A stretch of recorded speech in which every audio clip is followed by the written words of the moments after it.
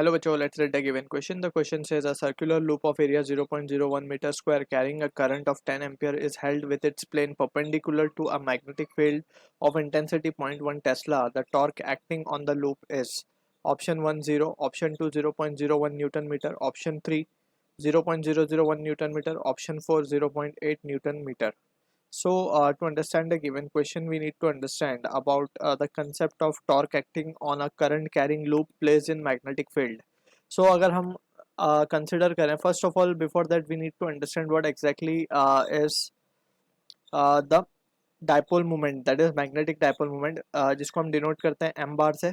Basically, it is defined as a product of current into the area enclosed by the loop, right?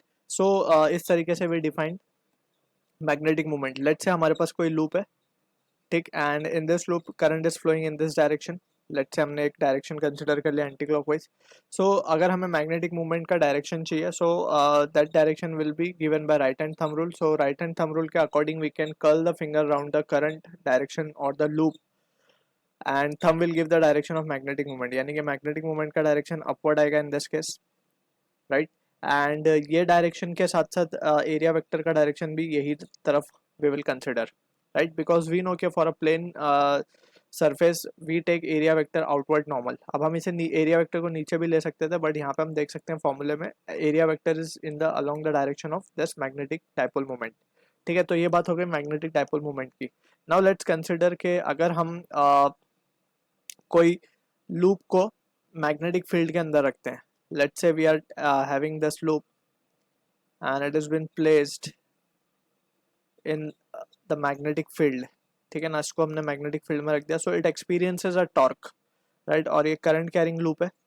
इसका derivation we have already studied, just we need to remember the result over here, that is tau. Torque acting on the current carrying loop placed in magnetic field is given by the expression m bar cross p bar.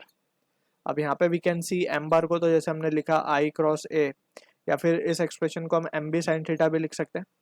Angle theta is the angle between magnetic dipole moment and magnetic field. So this is in terms of magnitude we are writing. और m को ही हम क्या लिख सकते हैं, I into A B sine theta. और अगर number of turns given है, so N I A P sine theta. So this are the various result that we need to keep in mind. अब यहाँ पे जो क्वेश्चन हमें given है, वो क्वेश्चन के according we have been given with a circular loop carrying a current. एक circular loop है और लेट्स से वो एंटी क्लॉकवाइज डायरेक्शन में 10 एम्पियर का करंट लेके चल रहा है. Is held with its plane perpendicular to the magnetic field intensity. अब इसका जो प्लेन है it is perpendicular to the magnetic field intensity. यानी मैग्नेटिक फील्ड अगर इनवर्ड है तो ये कुछ इस तरीके से रखा हुआ है मैग्नेटिक फील्ड के अंदर. So this is what the situation that is been given to us. अब अगर हम ध्यान से देखें तो इसका मैग्नेटिक डाइपोल मोमेंट कहाँ होगा, वो भी अंदर की तरफ ही होगा.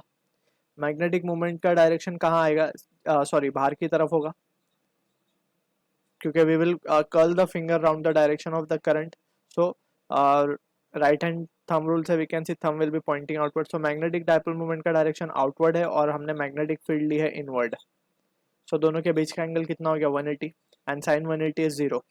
Therefore we can say tau will be equals to mb sin theta होता है, and theta over here is 180. So in that situation हम लिख देंगे mb sin of 180 degree and this will comes out to be 0. So torque acting on the loop will be 0. So जो कि हमारा match होगा option A के साथ. I hope you understood the solution. All the best.